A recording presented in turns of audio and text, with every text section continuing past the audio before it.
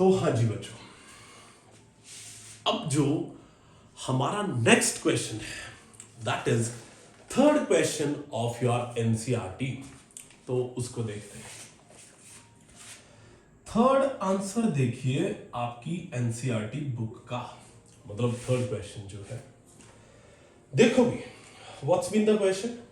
अ contractor, अब एक contractor है जो किसी प्लेग्राउंड के अंदर स्लाइड्स लगाता है। स्लाइड्स याद होगा, वो झूला जो ऐसे करके होता था, यहां से हम चढ़ के जाते थे। यहां पे ऐसे सीढ़ियां लगी होती थी, उसके ऊपर चढ़ के जाते थे और वहां से फिर नीचे सर स्लाइड कर जाते थे। तो ऐसे वो दो झूले लगाने वाला है, एक 5 साल से छोटे बच्चों के लिए और एक 5 साल से बड़े बच्चों के लिए। जो 5 साल से छोटे बच्चे हैं उनके लिए वो स्लाइड लगाने वाला है 1.3 मीटर की हाइट पे। क्लियर? और वो स्लाइड जो होगी वो 30 डिग्री पे इंक्लाइंड होगी। एक काम ये करने वाला है वो, यानी कि केस नंबर 1, जिसके अंदर वो एक स्लाइड लगाने वाला है जो कितनी ऊंचाई पे होगी ग्राउंड से? 1.3 मीटर पे होगी। और कितने एंगल पे इंक्लाइंड होगी? 30 डिग्री पे इंक्लाइंड होगी। और दूसरे बच्चों के लिए ये क्वेश्चन के हिसाब से 1.5 मीटर पे इंक्लाइंड होगी।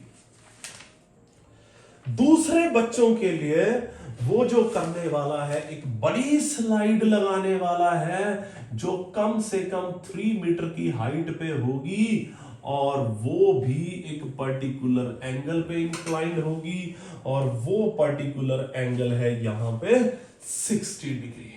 कितने डिग्री? 60 डिग्री। तो अब देखते हैं जरा ए बी सी, इसको मैं नाम दे देता हूं DE F। I hope question समझ आया। तो क्वेश्चन ये था, सुनिए जरा। एक कॉन्ट्रैक्टर है, उसने एक स्लाइड लगाया ग्राउंड से 1.5 मीटर की हाइट पर, जो ग्राउंड के साथ 30 डिग्री पे इंक्लाइंड है। उसने दूसरा स्लाइड लगाया ग्राउंड से 3 मीटर की हाइट पे, जो कितना डिग्री पे इंक्लाइंड है? 60 डिग्री पे इंक्लाइंड है। और हमें बोला गया है कि दोनों ही केसेस में ये वाली स्लाइड्स की लेंथ फाइंड आउट करी जाए। तो लेट अस फाइंड आउट। तो देखिए जरा ध्यान से, फिर से ये थीटा है, sorry this is 90 degree. Theta के सामने क्या दिया है? परपेंडिकुलर सर गिवन है। 90 के ऑपोजिट हाइपोटेन्यूज। अब परपेंडिकुलर गिवन है, हाइपोटेन्यूज निकालना है। सेम हियर, थीटा के सामने क्या गिवन है? Perpendicular sir. निकालना क्या है? Hypotenuse sir. क्लियर हो गया? तो जब P गिवन है, H निकालना है तो क्या लगेगा बच्चों? Sine theta. तो चेक करिए विद इन नो टाइम। ये देखो, इन ट्राइंगल, कौन सा ट्राइंगल? ABC। इन ट्राइंगल ABC। अब P गिवन है, H निकालना है तो लगेगा सर साइन 30 डिग्री। ठीक है? अब साइन 30 की वैल्यू होती है 1/2। परपेंडिकुलर हमारे पास गिवन है 1.5 और hypotenuse which we want is AC। तो जल्दी से सर क्रॉस मल्टीप्लाई करिए तो AC आ जाएगा 2 into 1.5। तो कितने मीटर? 3 मीटर। आई होप ये भी बहुत आसान था। तो ऐसे ही अगर एक और आसान पार्ट पे चलो तो अब कौन सी ट्राइंगल है? DEF। निकालना क्या है, h, गिवन क्या है, p, तो p अपॉन h होता है साइन, तो फिर से साइन 60 डिग्री की अब बात होगी, that is p upon h। Understood? तो अगर p अपॉन h आता है तो साइन 60 आपने टेबल में पढ़ा होगा 0 1 2 3 4, ये रहा 64, ये शायद आपको सिखाया गया होगा, तो it will be root 3 upon 2, तो परपेंडिकुलर है सर 3, हाइपोटेन्यूज निकालना है, दैट इज df। यस, तो करिए क्रॉस मल्टीप्लाई, तो क्रॉस मल्टीप्लाई में आ गया under root 3 df is equals to 6, तो वहां से df जो आया वो आया 6 अपॉन रूट 3। तो फिर से रैशनलाइज करने वाले हैं, तो रैशनलाइज करने के लिए क्या करना पड़ता है सर, नीचे वाला रूट खत्म करना पड़ता है, क्योंकि मैथ्स में नीचे वाला रूट काम नहीं देता, this is not the exact answer. और अगर नीचे प्लस या माइनस का साइन नहीं है तो डायरेक्टली उसी से क्या करिए, मल्टीप्लाई, उसी से क्या करना है, डिवाइड। तो आपका जो आंसर आने वाला है df 6 root 3 upon root 3 into root 3। So what will be the answer? 2 root 3 meter. I hope एक और बहुत ही आसान सा क्वेश्चन जिसका आंसर आप लोगों को बिल्कुल आसानी से आ गया होगा, और वो आंसर यही है बच्चों कि दोबारा फिर देख लो, एक स्लाइड लगाया 5 साल से छोटे बच्चों के लिए जो ग्राउंड से कितना ऊंचा है, वेट मैं बुक रख देता हूं, जो ग्राउंड से कितना ऊंचा था 1.5 मीटर। दूसरा स्लाइड लगाया 5 साल से बड़े बच्चों के लिए जो ग्राउंड से कितने मीटर पे है, 3 मीटर पे। तो वेरी सिंपल, एंगल दिया था तो एंगल के सामने होता है परपेंडिकुलर, अब परपेंडिकुलर गिवन था, हाइपोटेन्यूज निकालना था इन बोथ द केसेस, तो हमारे लिए सिंपली क्या लग गया, sine, because p upon h होता है साइन थीटा। तो जल्दी से पॉज करिए, रब करिए, तब तक मैं इसको मिटा दूंगा।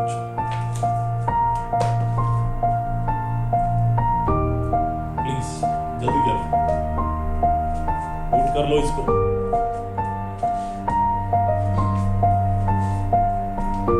Noted?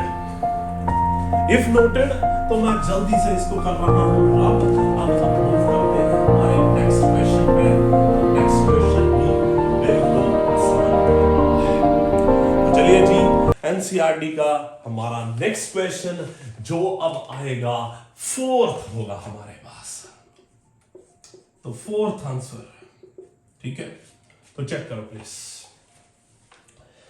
The angle of elevation of the top of a tower, तो एलिवेशन जो है वो हमेशा ग्राउंड पे बनेगा, डिप्रेशन हमेशा ऊपर बनेगा। तो देखो कहते यहां पे एक टावर है, टावर को मैंने नाम दिया AB, तो कहते हैं angle of elevation from the top of the tower, तो angle of elevation from the top of the tower is, sorry, the angle of elevation of the top of the tower from the point on the ground, let this point be C, which is 30 meter away from the foot of the tower, is 30 degree. I repeat the question. तो question क्या है, ध्यान से सुनिए, ये तो 1 से 2 minute में ही होने वाला क्वेश्चन है। क्या बोला गया, एक टावर है, ठीक है, तो क्वेश्चन की लाइन कुछ ऐसे, the angle of elevation from the top of the tower at a point, या ऐसे बोल लो कि किसी पॉइंट से टावर के टॉप का जो एंगल ऑफ एलिवेशन है वो 30 डिग्री है, और वो जो पॉइंट है वो टावर के बेस से कितना दूर है, 30 मीटर की दूरी पे है। आपसे बोला गया है टावर की हाइट फाइंड आउट करिए। तो फिर से वेरी सिंपल सा, ये रहा 90 डिग्री, थीटा के सामने ये क्या है, perpendicular which you have to find out. 90 के सामने हाइपोटेन्यूज, और नीचे क्या गिवन है, बेस। P निकालना है, बेस गिवन है, तो चेक करो, P निकालना है, बेस गिवन है, लगेगा क्या, tan थीटा। तो very simple, with no time, in triangle ABC, ठीक है, तो क्या लगेगा, tan 30 degree which is equals to perpendicular upon base. Now tan 30 is 1 upon √3। Perpendicular sir हमें ढूंढना है जो कि है AB, और जो बेस गिवन है वो गिवन है सर 30। अंडरस्टैंड? तो just cross multiply, nothing more. तो सर देखिए जरा, that is AB √3 is equals to 30। तो यहां से AB जो आएगा 30 अपॉन √3, फिर से √3 आ गया, हमें फिर से क्या करना है, रैशनलाइज करना है। तो जल्दी से रैशनलाइज कर दो, यहां पे AB is equals to 30 upon √3 multiply by √3 divide by √3। पिछले क्वेश्चन से मैं सिखा चुका हूं कि क्यों इससे करना है।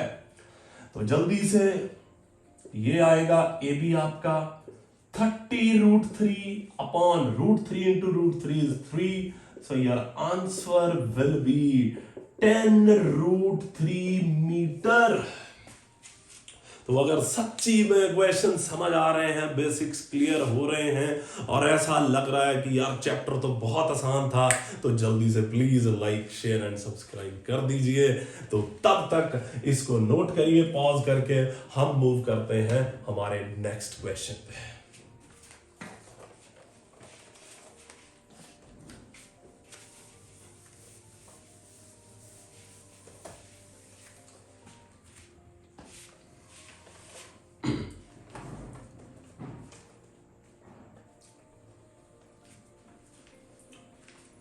तो हाँ जी बच्चों, अब हम मूव कर रहे हैं हमारे 5th क्वेश्चन में। अगर कोई प्रॉब्लम आ रही है तो जरूर पूछिए, क्योंकि कॉन्सेप्ट ही कुछ ऐसा है। तो जल्दी से मूव ऑन करते हैं हमारे 5th क्वेश्चन पे। तो चेक करिए, साथ साथ अपने आप को टेस्ट करते रहिए, क्या आपको चीजें समझ आ रही हैं। इफ नॉट तो प्लीज आप लोग नीचे कमेंट कर सकते हो कि सर ये चीज दोबारा समझाई जाए, ठीक है। तो चलिए जी, 5th question, a kite is flying at a height of 60 meter above the ground. तो कोई पतंग है यहां पे शायद फ्लाई कर रहा है, और जहां पे ये फ्लाई कर रहा है वो ग्राउंड से कितना ऊंचा है, 60 मीटर। तो लेट इट बी AB। तो AB पे फ्लाई कर रहा है। The string attached to the kite is temporarily tied to a point on the ground. अरे भाई, पतंग उड़ रही है तो रस्सी भी तो लगी होगी, या इस तरफ से या उस तरफ से। तो वो कहते हैं हमने कुछ समय के लिए उसे, उस रस्सी को पॉइंट, किसी पॉइंट जो ग्राउंड पे है उसके साथ अटैच कर दिया, ठीक है। आगे देखिए, द इंक्लाइनेशन, अब ये अगर ग्राउंड की लाइन है, ठीक है, तो ये जो एंगल ऑफ इंक्लाइनेशन है, this is 60 degree, this is 60 degree. Find the length of the string. तो ये find the length of the string, और वो लेंथ ये निकालनी है, यही है स्ट्रिंग।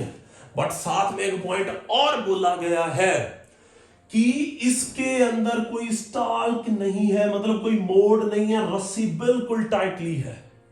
ठीक है, तो अगेन वेरी सिंपल सर, ये देखो 90 के सामने हाइपोटेन्यूज, थीटा के सामने परपेंडिकुलर, वेरी इजी सर।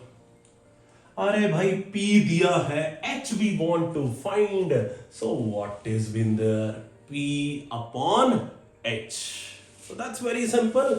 और उसके लिए क्या लगेगा सर, साइन थीटा। तो देखो जरा, इन ट्राइंगल, कौन सा ट्राइंगल, ABC, चेक करते रहे, perpendicular upon H, it is always equals to sin 60 degree. किसके बराबर है, sin 60। तो आप लोग अभी फिफ्थ क्वेश्चन पे ऑलमोस्ट आ गए हैं, और आपने चेक करा होगा कि मोस्टली क्वेश्चंस के अंदर साइन और परपेंडिकुलर की वैल्यूज, सॉरी साइन और tan की वैल्यूज आ रही हैं, तो इन पे पूरा फोकस रखिए। देखो sin 60 अभी पिछले क्वेश्चन में हमने करा √3/2, तो परपेंडिकुलर कितना है 60, हाइपोटेन्यूज हमें फाइंड करना है, दैट इज AC। तो जल्दी से क्रॉस मल्टीप्लाई, यह आ जाएगा √3AC, 60 × 2 120, तो यहां से AC फिर से 120/√3। तो फिर से वही कंसेप्ट, तो बार बार एक और सिमेट्री चल रही है, बार बार नीचे क्या आ रहा है, √3। तो देखो इसको और ध्यान से, तो AC आया 120/√3। सर √3 से करना पड़ेगा मल्टीप्लाई, √3 से करना पड़ेगा डिवाइड, क्यों, पिछले क्वेश्चंस को याद करो कि अगर नीचे रूट आता है तो उसे हमें क्या करना पड़ता है, रैशनलाइज। तो वेरी सिंपल अगेन, तो इट विल बी 120√3, √3 × √3 3, तो 3 के टेबल पे इट विल बी 4, यानी कि AC कितना आया सर, 40√3 मीटर। अरे ये भी आसान था। तो 16 क्वेश्चन है आपकी एनसीईआरटी के अंदर, जिसमें से पहले 5 का तो पता ही नहीं चला कब कंप्लीट हो गए, पर इसके बाद आने वाले क्वेश्चंस अब प्रॉब्लम क्रिएट करेंगे। तो उसके लिए थोड़े तैयार हो जाइए, दोबारा से फिर बेसिक्स पे थोड़ा फोकस कर लो कि ये रहा एंगल ऑफ एलिवेशन, ये रहा एंगल ऑफ डिप्रेशन, ये वाली सारी चीजें फिर से रिवाइज करनी है। बट जो सबसे बड़ी बात, दोबारा फिर यहां पे तब बताया तो गया था, बट अब देखना है फिर से, ये जो एंगल ऑफ एलिवेशन या डिप्रेशन बनता है ना, ये हमेशा आईज से बनता है। कहां से बनता है, आईज से। तो इस चीज का ध्यान रखते हुए हम नेक्स्ट क्वेश्चन करने वाले हैं, बट तब तक आप इसे नोट करिए, वीडियो को पॉज करिए, जल्दी से नोट करिए, और फिर मैं इसको रब करता हूं। ठीक है,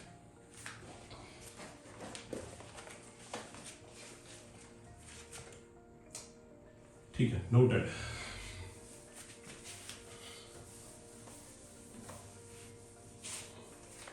चलो,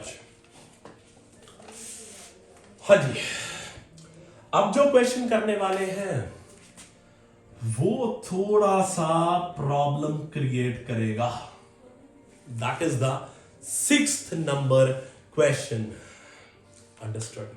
तो चलिए जी उसकी बात करते हैं। तो कैसा क्वेश्चन है, कहते हैं 1.5 मीटर टॉल बॉय। तो बॉय को देखते हैं भले कितना को टॉल है भाई। तो जो लड़का है ना वो 1.5 मीटर टॉल है, किसी ग्राउंड पे खड़ा होगा, boy is standing at some distance from 30 meter tall building. यहां पे एक 30 मीटर टॉल बिल्डिंग है, ये बिल्डिंग है जिससे वो कुछ दूरी पे खड़ा है। क्लियर? आगे देखो, the angle of elevation from his eyes to the top of building increases from 30 to 60 degree as he walks towards the building. मान लो पहले यहां से जो उसकी आंखों पे, अरे एंगल ऑफ एलिवेशन बनाने के लिए हॉरिजॉन्टल लाइन की जरूरत पड़ती है। मान लो पहले एंगल था 30 degree,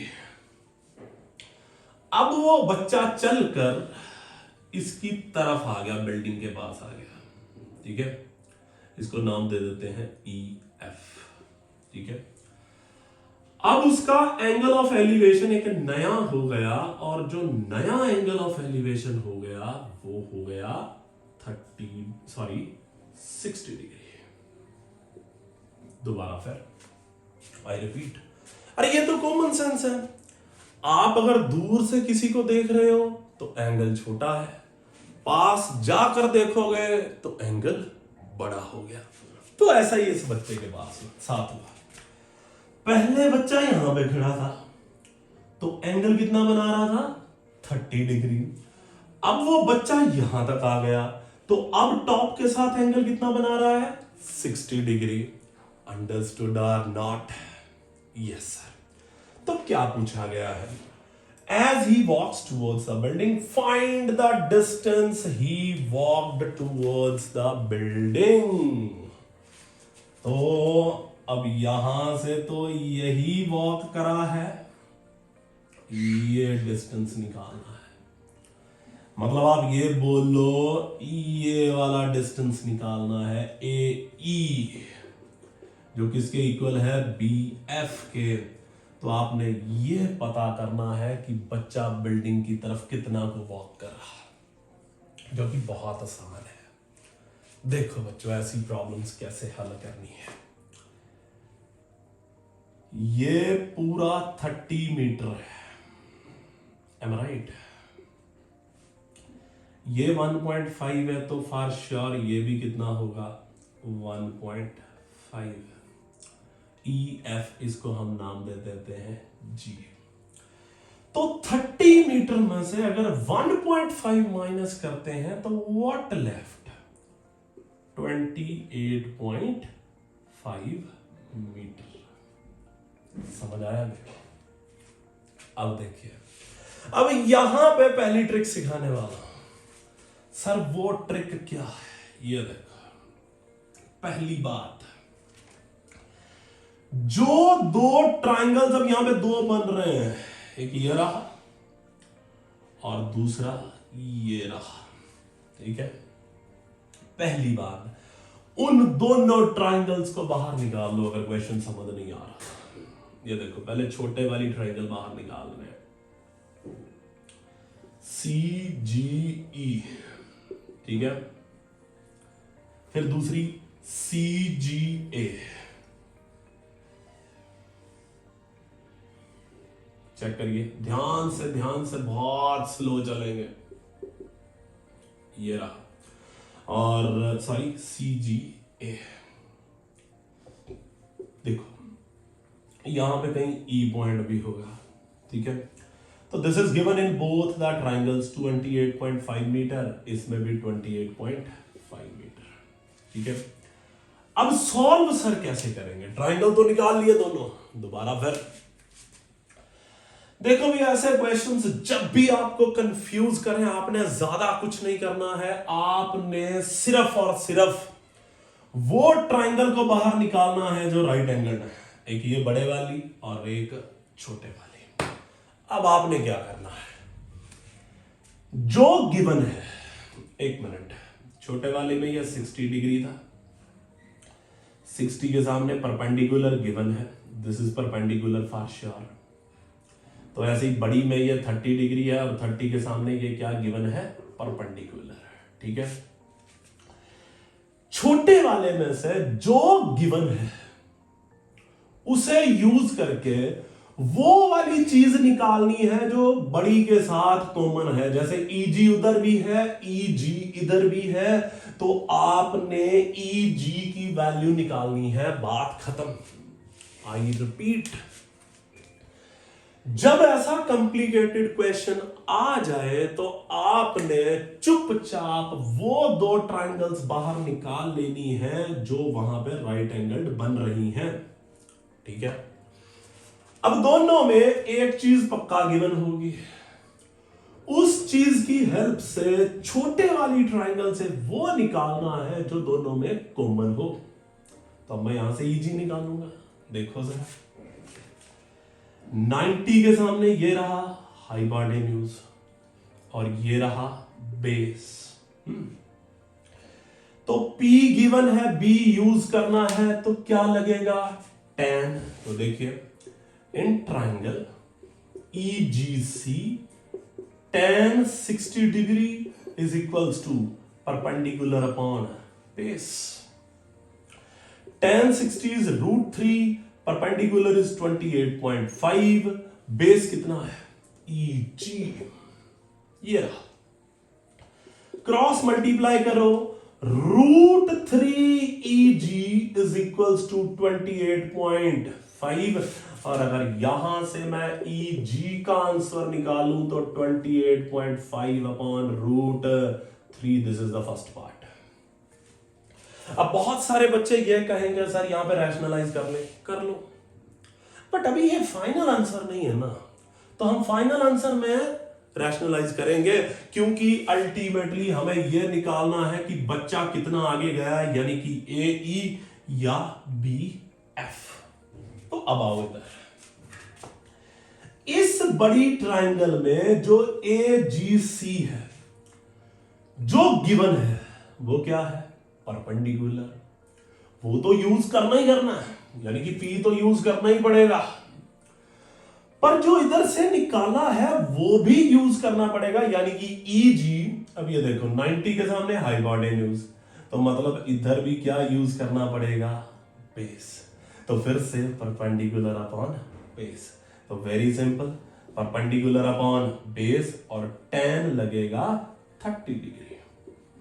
tan 30 sir very easy, 1 upon √3, perpendicular given है सर 28.5, और बेस चेक करो, बेस AG, बेस कितना है AG, उसे प्रॉपरली लिखो, प्लीज। 1 अपॉन √3, 28.5, AG कितना है, AE plus EG, AE plus EG। अब मुझे निकालना क्या है, AE निकालना है, तो क्यों ना इसको क्रॉस मल्टीप्लाई करा जाए, क्रॉस मल्टीप्लाई। तो क्रॉस मल्टीप्लाई कर AE प्लस EG जो मेरे पास आया वो आया 28.5 इंटू √3। तो क्या मैं EG की वैल्यू निकाल चुका हूं, EG वहां पे भरिए क्योंकि मुझे AE चाहिए। तो EG आएगा जी 28.5 upon √3 which is equals to 28.5 √3। तो आई थिंक बहुत इजीली, अब इसके आगे तो कैलकुलेशन ही है, तो बहुत आसानी से हमारे पास सर AE आ रहा है। तो देखो AE का आंसर कैसे आएगा, 28.5 √3 माइनस 28.5 अपॉन √3। तो जल्दी से इसका एलसीएम ले लो, √3 आ गया सर, तो ये इधर आएगा 28.5, √3 इंटू √3 ओनली 3 माइनस 28.5। यहां तक समझ आया, यहां तक समझ आया। वहां पे जगह कम होने के कारण मैं यहां पे सॉल्व कर रहा हूं उसको, तो चेक करो, AE इज इक्वल्स टू 28.5 को 3 से मल्टीप्लाई करना है, मल्टीप्लाइड विद 3, 15, 24, 5, 6 और 2, 8, ऐसा ही है। 5 दिए 15, 8 दिया 24, 25, 6 और 2 8, तो 85.5 माइनस 28.5, √3। यस बच्चों, तो जल्दी से चेक करो, डेसिमल तो माइनस हो गए, 0.5 कैंसिल हो गया, 15 में से 8 गए 7, 7 में से 2 गए 5/√3। तो अब इसको भी रैशनलाइज करना होता है, तो यहीं पे रैशनलाइज कर देते हैं, √3 से मल्टीप्लाई, √3 से डिवाइड। तो सर ये जो आंसर आने वाला है ये आने वाला है 57√3/3। तो ये 19 पे कट जाएगा, तो आंसर कितना आया 19√3 मीटर।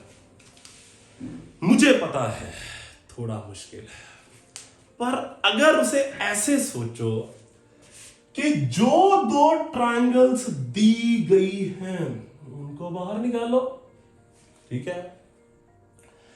अब छोटी वाली में से जो गिवन आंसर है उसे यूज करके वो वैल्यू निकाल लो जो बड़ी में कॉमन थी, बस वो वैल्यू निकली और उसे बड़ी में भरना ही है। You will be getting your answer. जल्दी से नोट करिए, वीडियो को पॉज करिए प्लीज।